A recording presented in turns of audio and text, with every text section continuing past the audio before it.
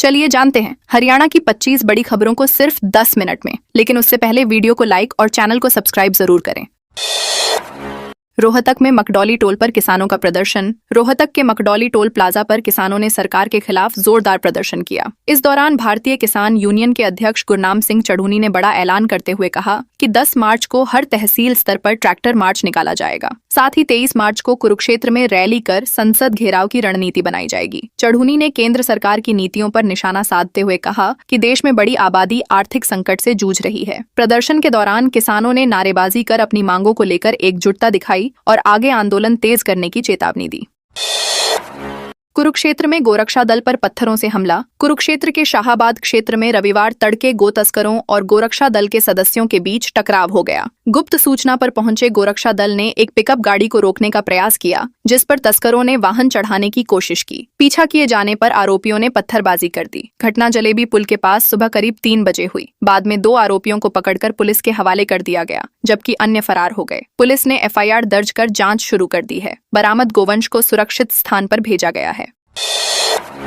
हरियाणा के बजट में सरकार का 10 सेक्टरों पर फोकस। हरियाणा के मुख्यमंत्री नायब सिंह सैनी 2 मार्च को बतौर वित्त मंत्री अपना दूसरा बजट पेश करेंगे। अनुमान है कि बजट का आकार 2.15 लाख करोड़ रुपए तक पहुंच सकता है। सरकार उद्योग, स्टार्टअप, बड़े शहरों में नए सेक्टर, तकनीकी शिक्षा, आर्टिफिशियल इंटेलिजेंस, रिसर्च और कृषि जैसे 10 प्रमुख क्षेत्रों पर ध्यान केंद्रित करेगी। हालांकि प्रदेश पर बढ़ते कर्ज को लेकर विपक्ष सवाल उठा रहा है। युवाओं को CET पास अभ्यर्थियों के लिए घोषित भत्ते की उम्मीद है, लेकिन आर्थिक दबाव के चलते इस बार बड़ी राहत मिलना मुश्किल माना जा रहा है। नूह के 2 MBBS छात्र ईरान में फंसे। नूह जिले के रायपुरी गांव का परिवार ईरान में पढ़ाई कर रहे अपने बेटे की सुरक्षा को लेकर चिंतित है। छात्र जिया-उर-रहमान मार्च 2023 से ईरान में मेडिकल शिक्षा ले रहे हैं। हाल के क्षेत्रीय तनाव और हमलों की खबरों के बाद परिजनों की चिंता बढ़ गई है। परिवार ने केंद्र और राज्य सरकार से छात्रों की सुरक्षा सुनिश्चित करने की मांग की है। परिजनों के अनुसार हाल ही में फोन पर बात हुई थी और छात्र फिलहाल सुरक्षित हैं, लेकिन वहां का माहौल तनावपूर्ण बना हुआ है। प्रशासन ने कहा है कि स्थिति पर नजर रखी जा रही है। DSP पर धमकाने के आरोप लगाने वाले हेड कांस्टेबल बर्खास्त। कैथल में तैनात हेड कांस्टेबल सुनील संधू को अनुशासनहीनता के आरोप में बर्खास्त कर दिया गया है। पुलिस अधीक्षक उपासना सिंह ने बताया कि संधू ने DSP पर धमकाने के आरोप सोशल मीडिया के जरिए लगाए, जिससे विभाग की छवि प्रभावित हुई। आरोप था कि उन्हें झूठे केस में फंसाने की धमकी दी गई। मामले की जांच के आदेश दिए गए थे। साथ ही नियमों के विरुद्ध कार्रवाई के वीडियो पोस्ट करने को भी गंभीर माना गया। विभागीय जांच के बाद यह कार्रवाई की गई है। CM सैनी ने कुरुक्षेत्र कृषि मेले में चलाया ट्रैक्टर। नायब सिंह सैनी ने कुरुक्षेत्र में आयोजित कृषि विकास मेले में ट्रैक्टर चलाकर किसानों का उत्साह बढ़ाया। उनकी विधानसभा लाडवा की अनाज मंडी में 2 दिवसीय मेले का शुभारंभ किया गया। कार्यक्रम में कृषि मंत्री श्याम सिंह राणा भी मौजूद रहे। मुख्यमंत्री ने किसानों को आधुनिक तकनीक अपनाने और फसल विविधीकरण पर जोर दिया। इससे पहले उन्होंने बाबैन में सरस्वती चौक का उद्घाटन किया और HPV वैक्सीन अभियान की शुरुआत की। कार्यक्रम में बड़ी संख्या में किसान और स्थानीय लोग शामिल हुए। चंडीगढ़ में इंटरनेशनल मैराथन का आगाज। चंडीगढ़ में इंटरनेशनल मैराथन का भव्य शुभारंभ हुआ। कार्यक्रम में पंजाब के राज्यपाल एवं चंडीगढ़ के प्रशासक गुलाब चंद कटारिया भी शामिल हुए। मैराथन में 3500 से अधिक प्रतिभागियों ने हिस्सा लिया और 1 करोड़ रुपए तक के इनाम घोषित किए गए। आयोजन के चलते सुबह 11 बजे तक कई प्रमुख सड़कों पर यातायात प्रतिबंधित रहा। पुलिस ने ट्रैफिक प्लान जारी कर नागरिकों से सहयोग की अपील की। सभी प्रतिभागियों को फिनिशिंग के बाद मेडल और प्रमाण पत्र दिए जाएंगे। भविष्य में साइकिल मैराथन आयोजित करने की भी योजना बताई गई। कैथल में आग से 16 लाख की पराली जली। कैथल के राजौंद कस्बे में अज्ञात व्यक्ति द्वारा खेत में रखी पराली के गट्ठों में आग लगाने का मामला सामने आया है। करीब 5.5 हजार क्विंटल पराली जलकर राख हो गई, जिसकी कीमत लगभग 16 लाख रुपए बताई जा रही है। पीड़ित किसान रोमी राणा ने थाने में शिकायत दर्ज कराई है। सूचना पर फायर ब्रिगेड और पुलिस मौके पर पहुंची, लेकिन तब तक काफी नुकसान हो चुका था। पुलिस ने अज्ञात आरोपी के खिलाफ केस दर्ज कर जांच शुरू कर दी है। घटना से किसानों में रोष है। हांसी में खुशी नर्सिंग कॉलेज की छात्राओं का धरना समाप्त। हांसी में खुशी नर्सिंग कॉलेज की छात्राओं का 13 फरवरी से चल रहा धरना शनिवार शाम समाप्त हो गया। माइग्रेशन और कॉलेज अलॉटमेंट की मांग को लेकर छात्राएं विधायक आवास के बाहर प्रदर्शन कर रही थीं। विधायक विनोद भयाना और एसडीएम विकास यादव के आश्वासन के बाद आंदोलन खत्म किया गया। जानकारी के अनुसार 171 में से 166 छात्राओं का माइग्रेशन पूरा हो चुका है, जबकि शेष प्रक्रिया जल्द पूरी करने का भरोसा दिया गया है। कई दिनों के क्रमिक अनशन और धरने के बाद प्रशासनिक आश्वासन से मामला शांत हुआ।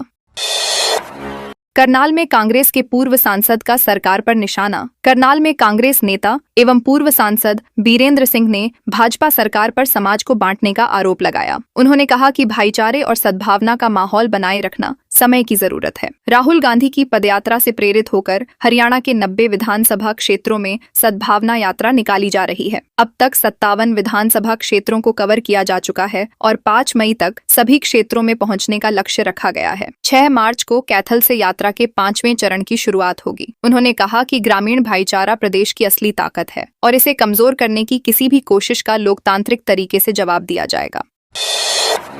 गुरुग्राम में 6 करोड़ की धोखाधड़ी कंपनी का सीईओ गिरफ्तार। गुरुग्राम पुलिस ने 6 करोड़ रुपए की कथित धोखाधड़ी के मामले में विपुल लिमिटेड के सीईओ पुनीत बेरीवाला को गिरफ्तार किया है। शिकायतकर्ताओं का आरोप है कि वर्ष 2024 में एक रियल एस्टेट प्रोजेक्ट में निवेश के नाम पर उनसे बड़ी राशि ली गई और आकर्षक रिटर्न का वादा किया गया, लेकिन न तो तय मुनाफा मिला और न ही मूल रकम लौटाई गई। कई बार संपर्क करने के बावजूद संतोषजनक जवाब नहीं मिला। इसके बाद शिवाजी नगर थाने में मामला दर्ज कराया गया। पुलिस आर्थिक दस्तावेजों और लेनदेन की जांच कर रही है तथा अन्य संभावित पीड़ितों की भी जानकारी जुटाई जा रही है।